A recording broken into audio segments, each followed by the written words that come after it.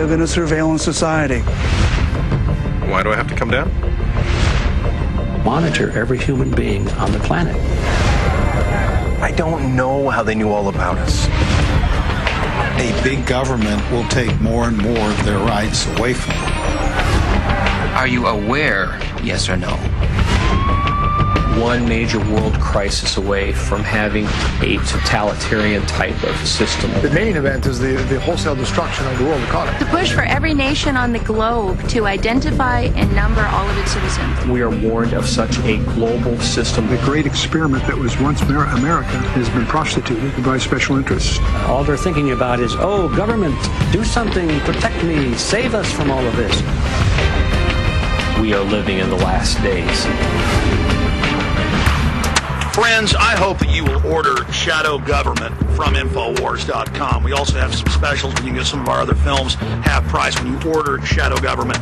A new level in production quality and in information. It exposes how a cashless society, surveillance beast grid of total control is being put into place. This film needs to be seen. Everybody needs to get it. So order yours today. Show it to your friends, your family, your church, your neighbors, your boss, your employees.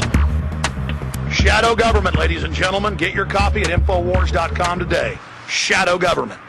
It gives Big Brother a black eye. Available at Infowars.com or by calling toll-free 888-253-3139.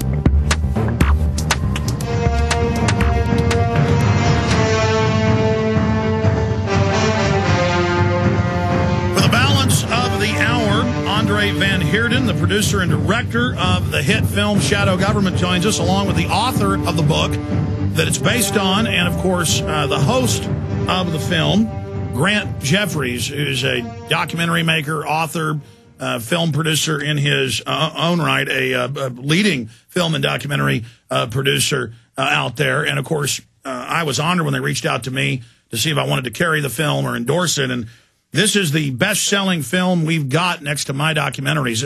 And that's the market speaking, that the people are really impressed with this. I mean, it's an amazingly informative DVD. It's available at Infowars.com. And, of course, you can get the book from Grant Jeffries' outfit, and we'll give you that website before he leaves us. But we also have a discount with my other books and videos at Infowars.com. And it's got Daniel Estulin in it. It's got Catherine Albrecht. It's got G. Edward Griffin and so many others. And it's really waking people up, because it's not just the naked body scanners that are going in or the cell phones tracking us or the RFID. This has been globally agreed to by the UN. It's globally standardized. And it is a beast system. Even if you don't believe Revelations, for all intents and purposes, that's what this is. Total control, where they can even predict human activity before it happens by tracking your previous activities. Not just individuals, but groups of people. And it's covered in the film Shadow Government. So I want to thank André van Heerden and Jeffrey Grant, or Grant Jeffries, for joining us here today. Gentlemen, good to have you on with us. Thank you, Alex. Thank you. Where do we start? I mean, you wrote the book, Grant Jeffrey. Break down what the Shadow Government is, why you have that title, and in a nutshell, what's being built. And then let's go through the film and break down the information in it.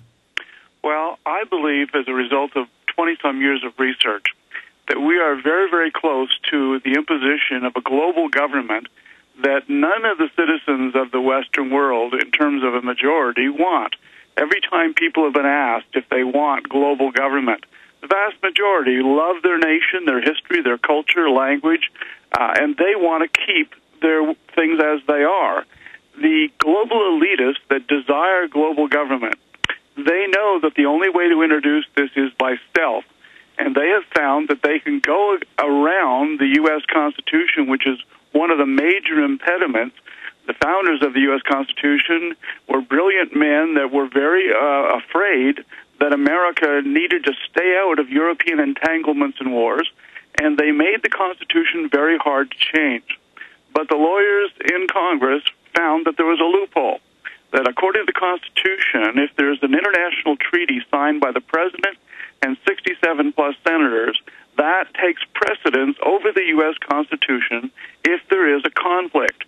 And so they began using treaties like the World Trade Organization in '95, signed by Clinton, a 2,000-page treaty that effectively robbed the United States of its economic independence and trade policies. Only one senator out of 100, Alex, actually read the treaty. Most of them have a 8.5 by 11-page summary. And based on that, the vast majority of them voted for this, which effectively put America's hands in handcuffs. Economically, they cannot respond to unfair trade practices, for example, from China. Otherwise, all the other nations will retaliate. America, though it's the leading economy in the world, has the same voting power as Haiti or Uganda, one vote. So we're outnumbered by people who do not share our free enterprise policies, our pluralism of religion and politics, etc. The next thing is these global elitists think of themselves as global citizens. They no longer think of themselves as Americans or French or German. I'm not suggesting that they're all evil individuals, but rather they believe that in a world with 200-plus sovereign nations and weapons of mass destruction that are widely available, inevitably they will be used and there will be a third world war and genocide. The only solution they can think of is a global government that would eliminate nations and their ability to go to war. Which just so happens to be authoritarian. And I was playing in the background for PrisonPlanet.tv viewers a short clip of a census worker coming up and marking your GPS point on your home. I mean, the film covers the big picture. It zooms into the micro. That's what's so powerful about it, and it's got great actors. I mean, the whole thing is illustrated where people can really get an idea of what's happening. Well, yes, I think that we were able to convey, with Andre's help and direction, the real truth that what is happening behind the scenes is our politicians are ceding our national independence, our constitutional independence. These people believe that global government is the solution to avoid a third world war as one of their motives. But you and I both know that the history of the planet shows that civil wars are by far the worst type of war, whether the American Civil War, where we look at the Russian And there's going to be civil wars against this global government because it's authoritarian. Even in the words of the Financial Times of London, they endorse an authoritarian system. Meanwhile, the globalists always hand out weapons to other countries and actually stir up the conflicts. And internal memorandums like State Department Memorandum 200, they talk about starting wars to reduce population. So at the top, they're pure evil. I agree they have a lot of useful idiots that support them at the governmental and academic and corporate level, believing in the propaganda. Right, and what I point out in both the documentary and the book with very ample source citations, that there are three major groups. The Bilderberger group, who call themselves internally the Alliance, primarily European, royal, as well as multinational leaders, incredibly wealthy people who want world government. Then you've got the group, the Council of Foreign Relations, that is primarily American with about 3,000 members. And then you have a trilateral commission that was formed by Jimmy Carter and Zbig Brzezinski, his security advisor, back in the 70s, which basically has representatives from both the Asia and from Europe and from North America. All three groups absolutely are aiming toward global government by stealth, by international treaties, and by other means.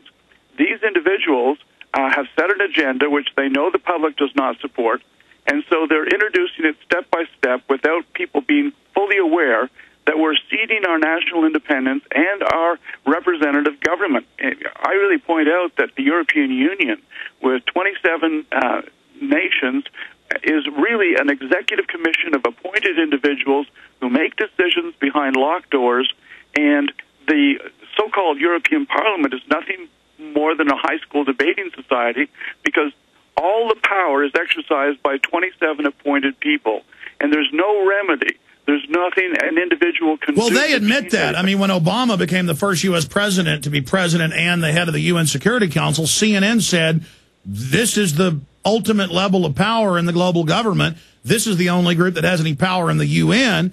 And all of those individuals are Bilderberg Group members or members of the regional roundtable groups. And Carroll Quigley, as you know, wrote a whole book about this. He worked for them, 900 pages, Tragedy and Hope, breaking it all down. And my listeners are aware of this true global architecture. And, of course, the film covers that. But you also break down how they plan to implement their control and surveillance over the population. We're going to go to break in a moment, but I want to go to André van Heerden, the director and producer, for a moment. What do you think is most important in the film Shadow Government, the masterpiece that you've produced?